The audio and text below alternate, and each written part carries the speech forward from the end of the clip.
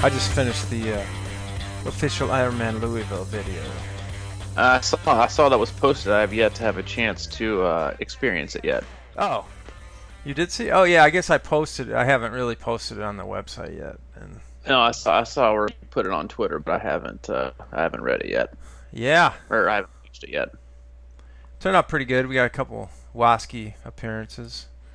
Oh yeah? Ann makes it, of course, and even Jimmy has a cameo. Yes, it's not a Crushing Iron video without Jim. This is true. Jim's kind of the Washington State flag of College Game Day for CI videos. He is. How do they? That's pretty outstanding how they do that. By the way, I saw him at the It is. Cubs post game too. Yeah, it's incredible. It really is. That was a pretty good stunt by somebody, and I wonder who finances that move. Well, I guarantee you that they've got just like a Facebook group or like some kind of alumni thing in the whatever city, and like you claim that you're the one that's going to go get it, and so you head out and you're the one that's there. But they got them everywhere. But yeah, I think that's it's a pretty impressive streak. It is, and it's a big marathon weekend out there too. By the way, What's that? it's a big weekend for marathons. It is a big weekend for marathons. Big weekend for We marathons. had Indianapolis and Savannah today, right? And New York's tomorrow. Yep, New York's tomorrow. Should be good weather. Um, can't really complain with the good weather. What's that guy's name? Keb Mo? What's his name? Is he gonna Who? win it? Keb? Is he up there? Oh, I have no idea. My current marathon knowledge is limited. You just know how to coach him. Yeah, I can't coach the Kenyans, but I'm pretty good at coaching the age grouper. I bet you could coach the Kenyans. You just put them out there, dude. Just put them out there, run, a couple 100 miles a week, and hang on for dear life, and then I'll just take all the credit. Yeah, you know how to run it. Go get it, buddy. I'm okay with that. Yeah, yeah, that's right. Go get it, buddy. Stay away from the hot coffee from Kramer. Yeah, seriously. Jean-Paul. What a great episode. He oversleeps. That's like that should have been me. That's a great Mike Trolley episode. Yeah. So what are we going to dive into here? I guess I really just had two good topics. I thought one was prioritizing your off season, what to focus on and what to kind of just maintain, and then also obviously how to successfully plan your 2017 race calendar. Right. Let's do it. Okay, sounds good. Let's rock and roll. Let's focus on the part one of that. Planning. Yes, race planning. Tis the season. This is the time of year where everybody is debating on what to do, what not to do next year, and the pressure's on. I think this is a very busy time of year for coaches because people are usually looking either to stay with their current coach or transfer and get a new coach, which is unfortunately a little too common, I think, in triathlon especially. Or more importantly, people are debating on getting a coach for the first time. I just recently started with a new athlete, and she was looking at her calendar and sent me like three different races that she thought would be good to go to. And one was Santa Rosa 70.3, which was in early May. There was another one in June, which was I think 70.3 Mont Tremblant, and then debating on like a really really late season Ironman. I think the Arizona was the first on her list, and just kind of stepping back to knowing the athlete, but for the athlete who isn't coached and who is self-coached, a lot of people will look at the race calendar and just really pick what race looks the best for them, and then they kind of plan backwards. They plan their life around it. They just kind of assume it's going to work, which is the opposite. You should look at your life calendar and think about what time of year is the least amount of stress, whether it's work or family. Um, and then look at, a specific time of year. So for this athlete, she's married and has two kids. One of them is about to graduate high school and go to college. Hmm. And so one of the first kind of red flags for me when she suggested an early May race was, well, early May is when you got high school graduation.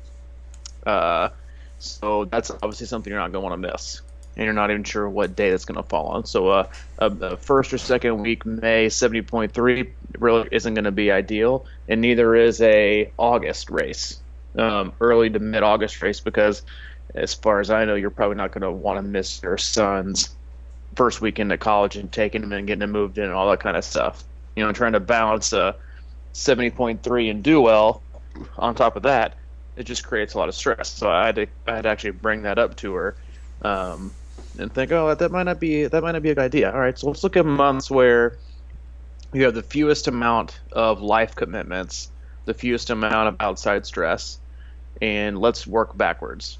And so I always think that before you even get to your own personal strengths and weaknesses and how they correlate to a specific course, I think it's always a good idea to look at the best time of year and the best months of the year where you can actually put together a really great performance, because you're going to be stressed enough as it is, with the Right. race. Why do you want to add on additional family stress and life stress, and then feel like, hey, you're sacrificing, not doing good enough at one, both, or all. So that's kind of the first step, I think, is prioritizing the time and the months of the year, or even weeks, span of weeks. This is the best, kind of two spots of the year that I can really succeed, and then work backwards. Right. That's a good idea.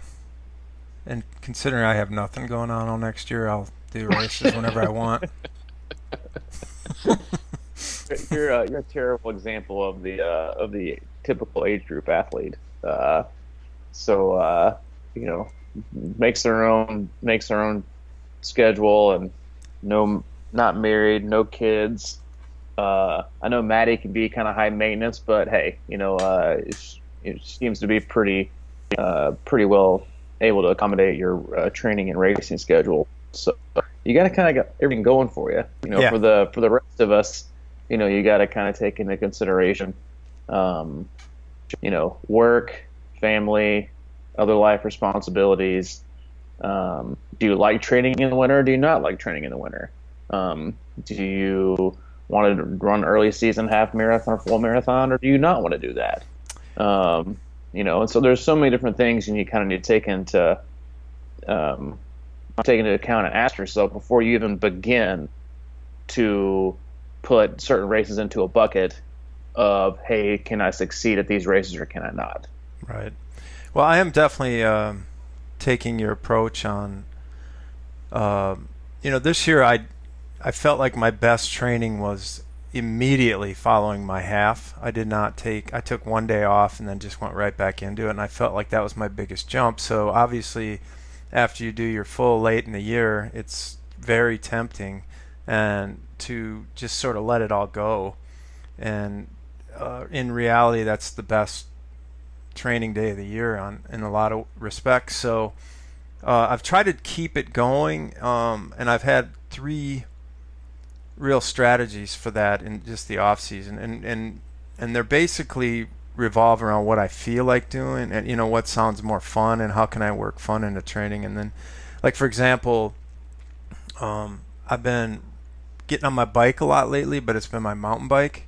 It's just, for whatever reason, that is a much more pleasurable ride for me. Oh So yeah. so um,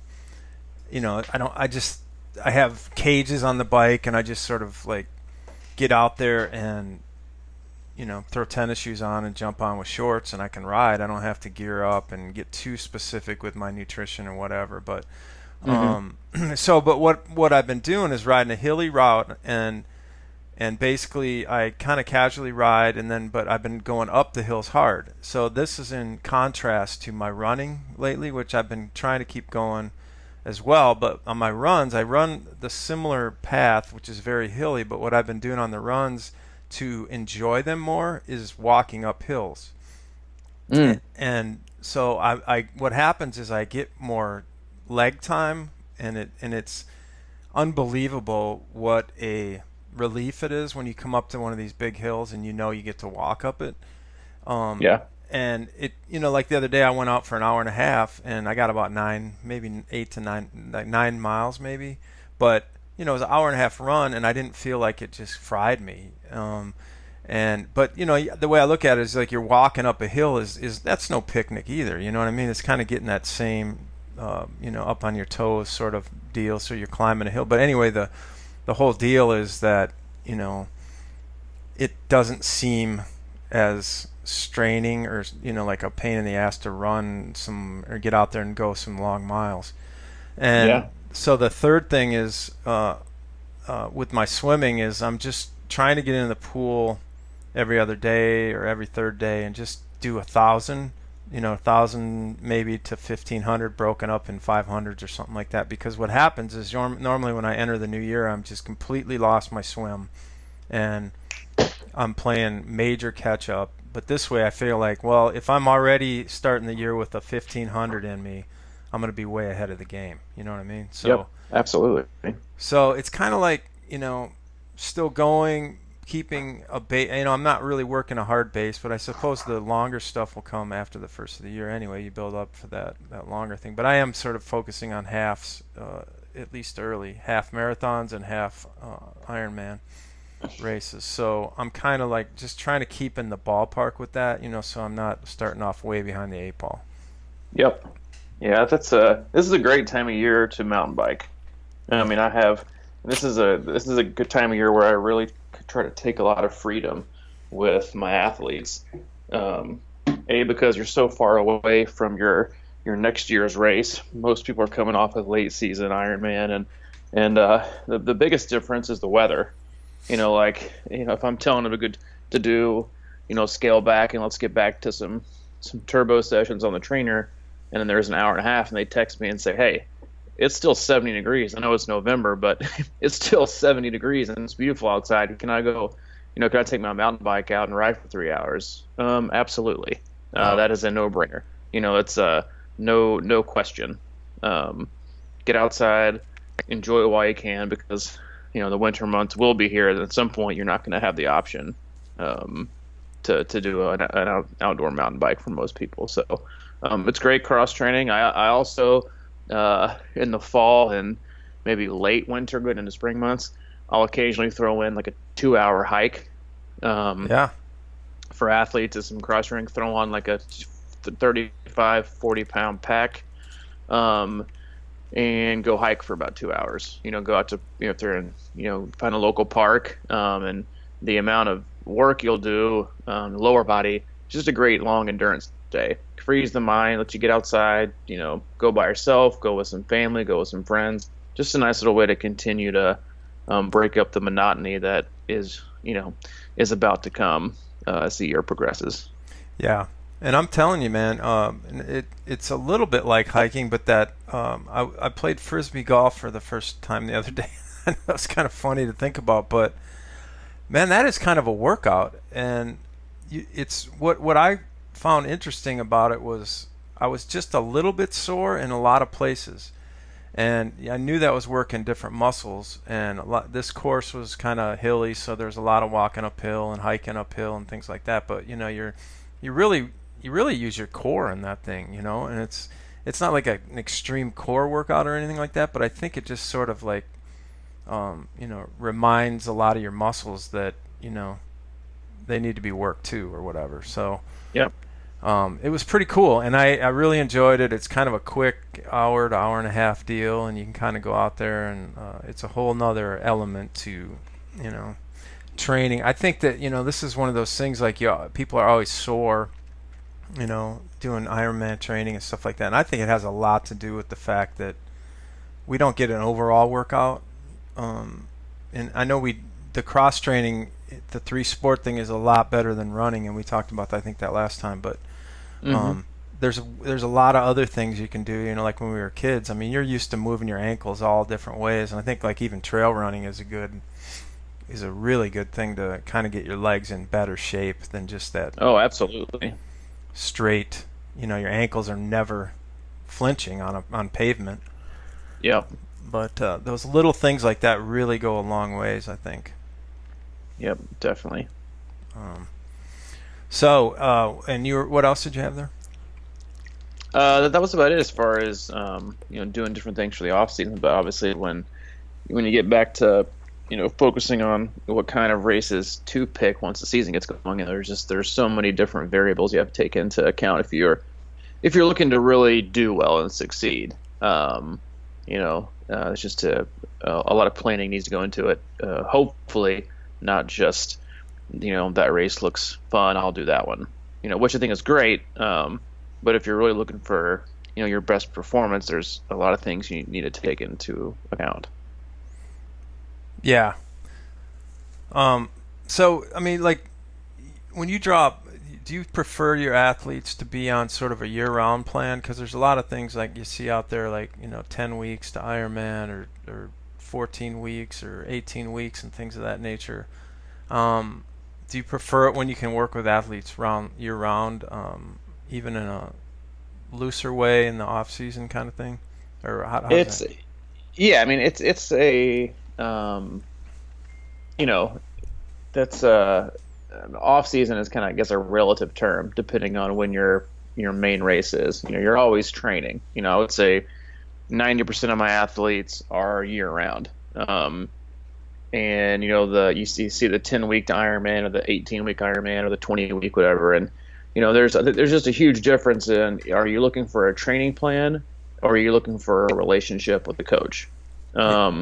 Which I think are two very, very different approaches. One is more, I want to finish. One is, I'm looking to minimize my own stress and what I have to take into account. And then also, do I really want to improve? And a lot of times you just need someone who's objective.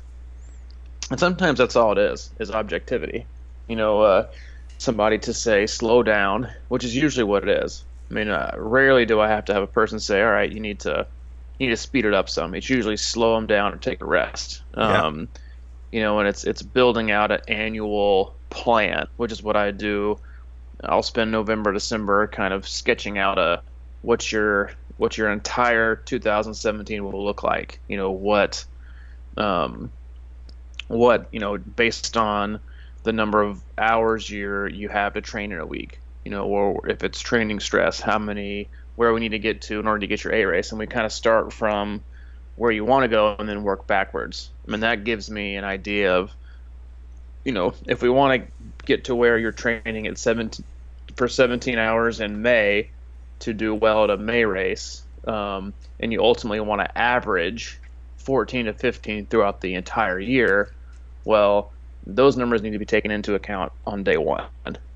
And there really just is no substitute for just continuing to work, and I just have, it allows you to address certain things and also hang on, to, like you said, late Ironman fitness, we know what your weaknesses are. I have a couple athletes who this winter, it's all about running. It's 5 or 6 days a week. We can hold on to your bike fitness and let's just run a lot, and do it safely, but let's run a lot. And it's just that being able to be with someone through an entire season and build up, it also just gives you more time to get to know somebody, what their personality is like, when you can just tell that they're mentally breaking down and they need a break. Are they getting grumpy? Are they getting too excited? Or are they, or a lot of things you'll see is, are they race chasing? Do they want to race 4 times in a month? Do they, are they just can't wait? I got to race. Well, do you really? I mean, no, you don't. You just need to put another week together. And until you can string together 2 or 3 weeks without any hiccups, and we won't even need to be talking about racing, because you're just you're not ready. If you just want to race to do races, then that's fine. But if you want to race to do well, then you got to really prioritize your entire year. Hey, I'm going to bring up a topic that just came to my mind while you're talking about that. You know how everybody says that it's the hardest thing to do is to get faster in the water. You know, Mm-hmm. is that a fair I would definitely say that's blanket fair. statement? But I want to question Yep. that for just a little bit because now if we look at it in percentage time, relative time to how long that swim takes, for example, Yep. percentage increase. I almost would even like to throw out a theory that it isn't as far off as we think it is. You know what I mean? Like, you know, when people start running, sure, yeah, like their first, you know, marathon is going to be, they can cut like a half hour off of it. But in relative time, you know, like if you work hard, you might be able to cut 10 minutes off your swim, and that's a pretty big percentage of time. You know what I'm saying? So I guess the question becomes like in your mind, like how do you make the biggest gains in running and biking in the off season? How do you make the biggest gains in your opinion? Well, again, it kind of goes back to what are you focusing on? Mm-hmm. If you are focusing on full distance Ironman, then this is the time of year to build up durability.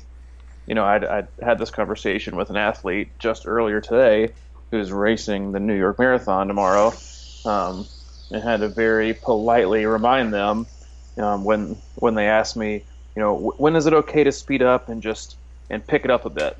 I'm like, it's not okay. You're you're you're doing a marathon. It's not about who can go the fastest. It's about who can slow down the least. Mm. If you get to mile 18 and mile 20 and you have yet to walk and you're maintaining a pace, then you can flirt with pulling whatever trigger you think you have left. but the chances are when that time comes, you're not going to feel so antsy to pull the trigger. Yeah. And you probably won't have one left, which is better than trying to pull it earlier and end up walking. And so it's the durability this time of year, building the foundation, building. I told an athlete, had to explain this to him last year. Was, hey, right now we're training so that we can train the way we need to. If you really want to perform well in August and September, then right now we need to work hard and build a really, really good foundation. So when it's time for us to really ramp up the hours and ramp up the volume and ramp up the intensity, you've done the training to where your body can handle it. Yeah. Then at that point, can we really start to see some big performance gains? So for running, this is the time of year to really build durability, and run frequently. Don't run with the set pace. Don't run with the set mileage.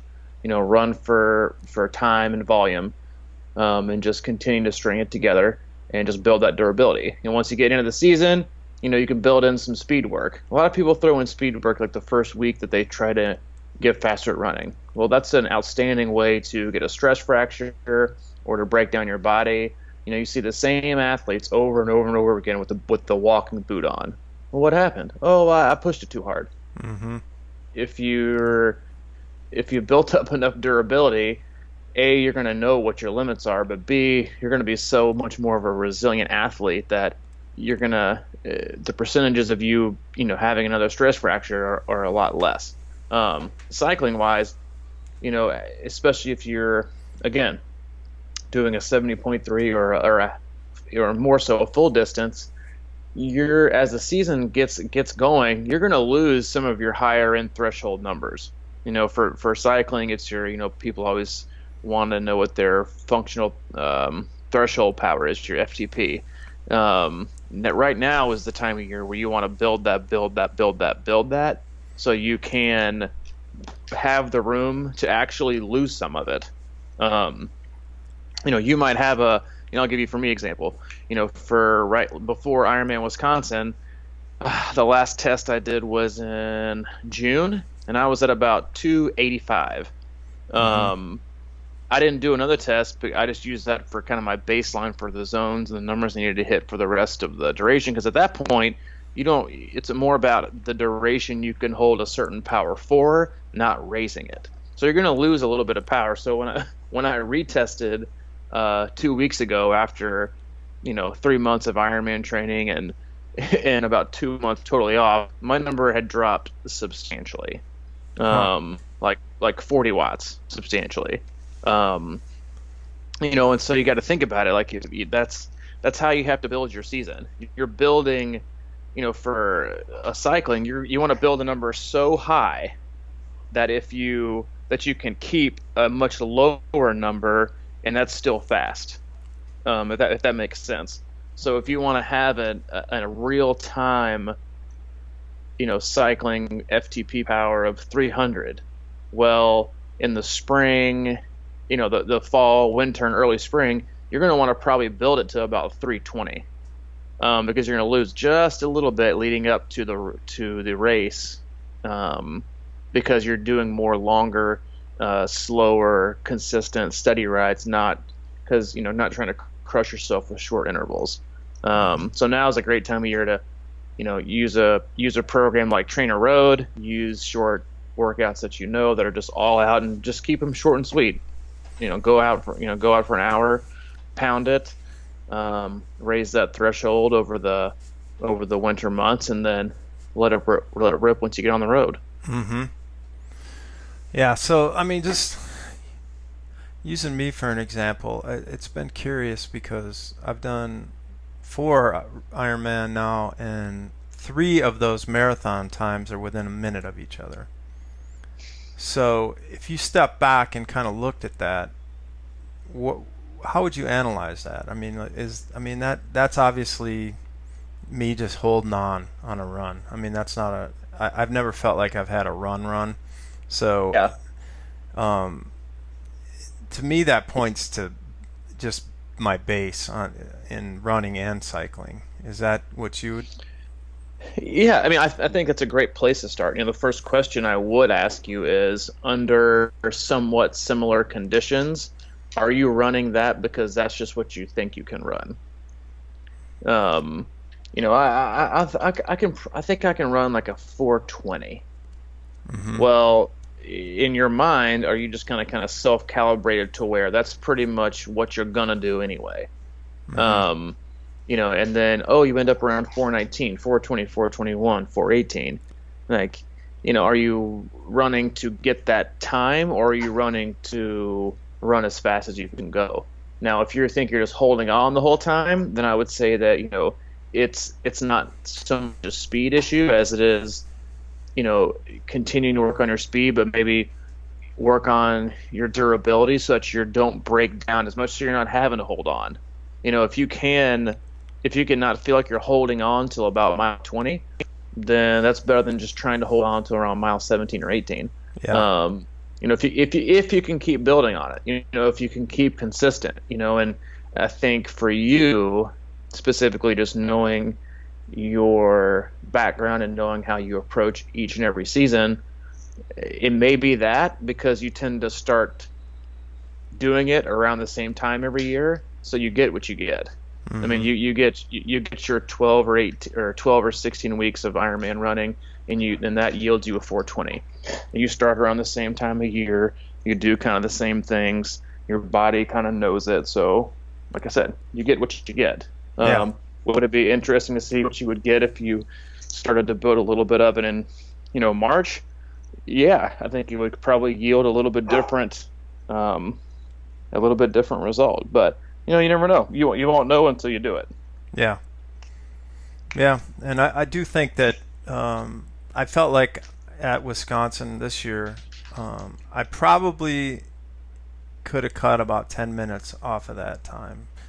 But circumstances and where I wanted to end up, I just didn't feel like it was worth the risk. So I was just Sure. being a little more cautious on the backside. But I do think that, yeah, I mean, whenever I think about it, I've tried to find the optimal solution with the least amount of effort. And I think that comes back to haunt me because I don't put in enough miles.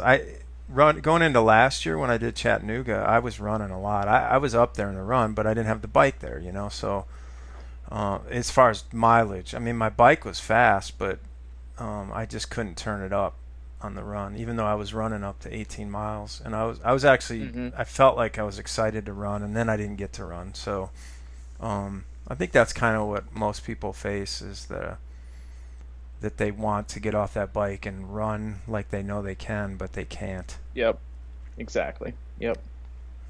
And it all starts earlier in the year. You can only play catch up to an extent before it all starts to kind of fall apart. You can't really continue to play catch up. You can just build on what you have. And at a certain point, you're always starting back at the same place, or you're really getting faster. Yeah. If you're going to equate your athletic, ability, so for example, if you're going to equate your athletic potential on a scale of 1 to 100, and every year you peak you get to 80, you think 80% at my Ironman, I was 80% of the best I could be, but yet you let it drop every year to 50. Well, you're only going to get back to 80. Now, if you only let it drop back to 60, well, maybe the next year you can get it all up to 90, and then the next year after your 90%, reach, you don't take as much time off, and you only let it drop to 70. So it's, at some point you want to build off each year, not just start over. Yeah. And that's what so many athletes do, is they just literally start over. Yeah. Whether that's because they just don't want to train in the off season. Most of the time it's because they get so burnt out that they don't want to keep training. I mean, I really enjoy, and I really feel like I do a really, really good job coaching an athlete when after 2 weeks after their Ironman, they're asking me if they can keep training. Not if they can race again, but if they can get back to training. Regardless of what their Ironman time was, if it was super successful, it was okay successful, if it was poor, them wanting to get back to training, shows me a few things. One, they enjoy what they're doing. They're not burnt out.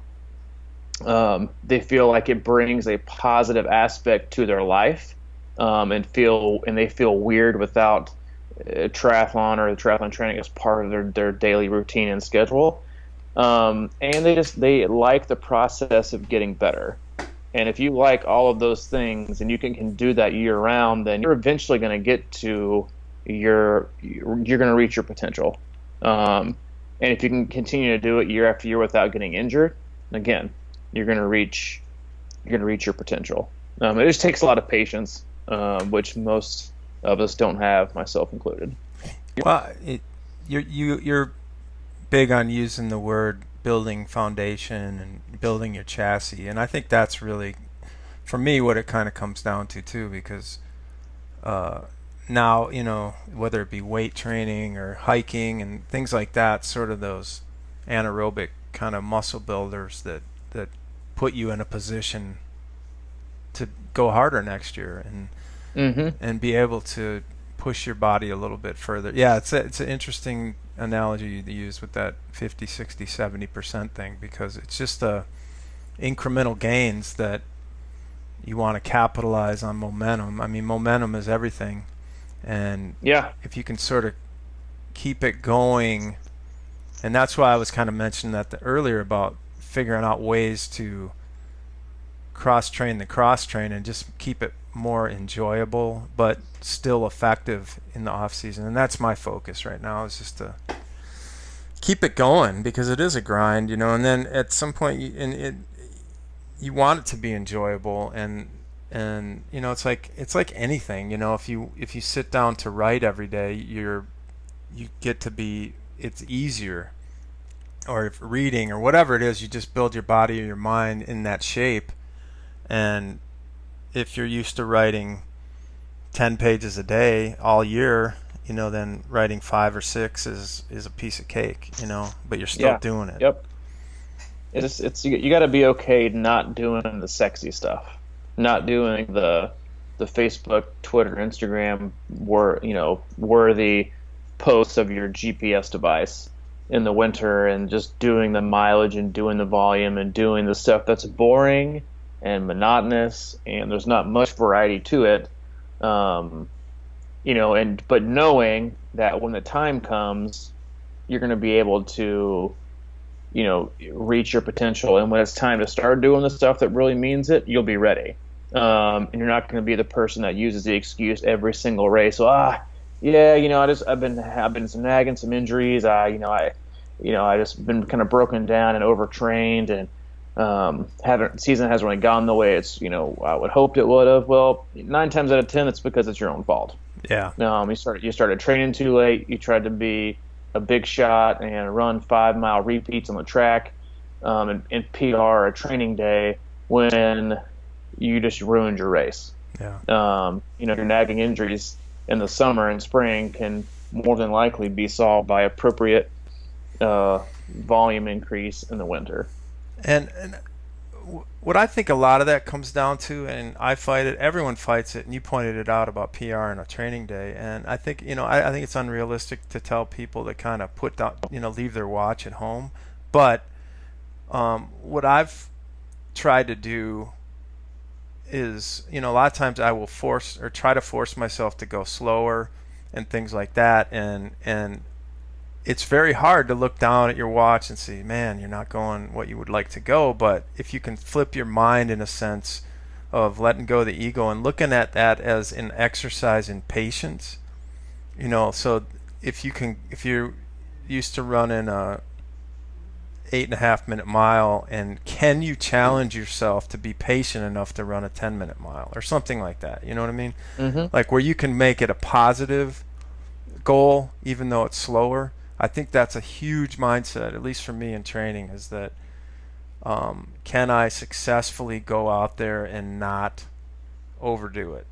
I mean, that's absolutely one of the hardest things to do. But, I think that's the hard part about wearing a watch all the time and tracking all your mileage and everything like that, because you don't want to look down and see that, you went 6 miles an hour and a half or whatever. And it's just like, it's hard to accept. But I think that if we could change our mindset into like that's the success, and trust it over the long haul, or just simply, I had some athletes that I think are they're consistently running the same pace no matter what the run is. They're staring at their watches, and that's it. They've stared their way into running a pace no matter what their fitness is. Mm-hmm.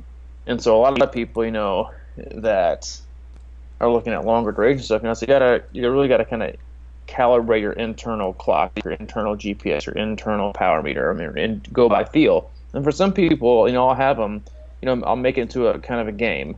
I want you to run, run for an hour, and I want you to, descend, start at around a 10-minute mile, and I want you to descend about a 15-second down all the way until you get to the hour, and set your watch for every 10 minutes. And before you look at it, I want you to guess what your pace is. Yeah, I like that. And it keeps the game. It kind of keeps you kind of going by feel and being really in touch with your body and your breathing and the moment. And if you can get it to where you're pretty much if you're within 5 to 7 seconds, you're on it. If you're off by like 20 to 30, then you got a lot of work to do. But it really kind of shows people like, oh man, like, because you get trapped into only thinking you can do a pace, and whether that's good or bad, and you're pace chasing, and go out and run for your easy run. Well, what if your easy run is a little bit faster than you think, and you just didn't know it because you think it's 8:34, and that's just what you do. You do 8:34s. Well, at some point your body's going to be like, wait a minute, man, I put the work in. Why am I not getting faster? Yeah.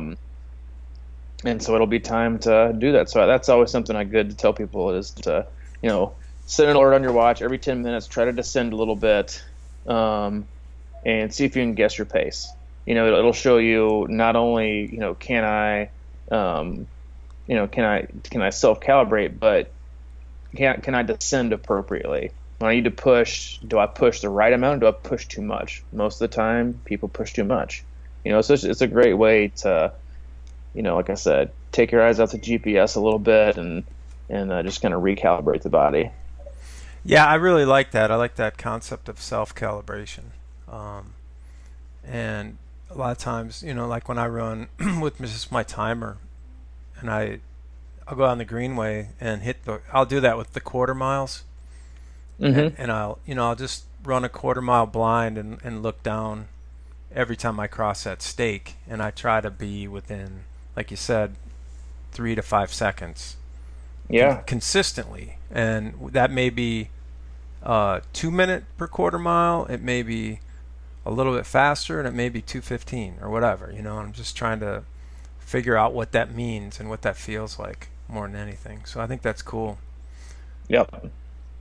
I think that's a good place to end today. Actually, the self-calibration. I do too. Yeah, self-calibration. Yeah. So we'll pick this up next time. Sounds good. Until then, I'll stay talk to you soon. tuned to Crushing Iron. Yes, please do. All right, man. Go watch the Louisville video. Oh yeah, Louisville videos on the way. So thanks for playing. All right, buddy. I'll talk to you soon. Sounds good. See you, man. All right. Goodbye.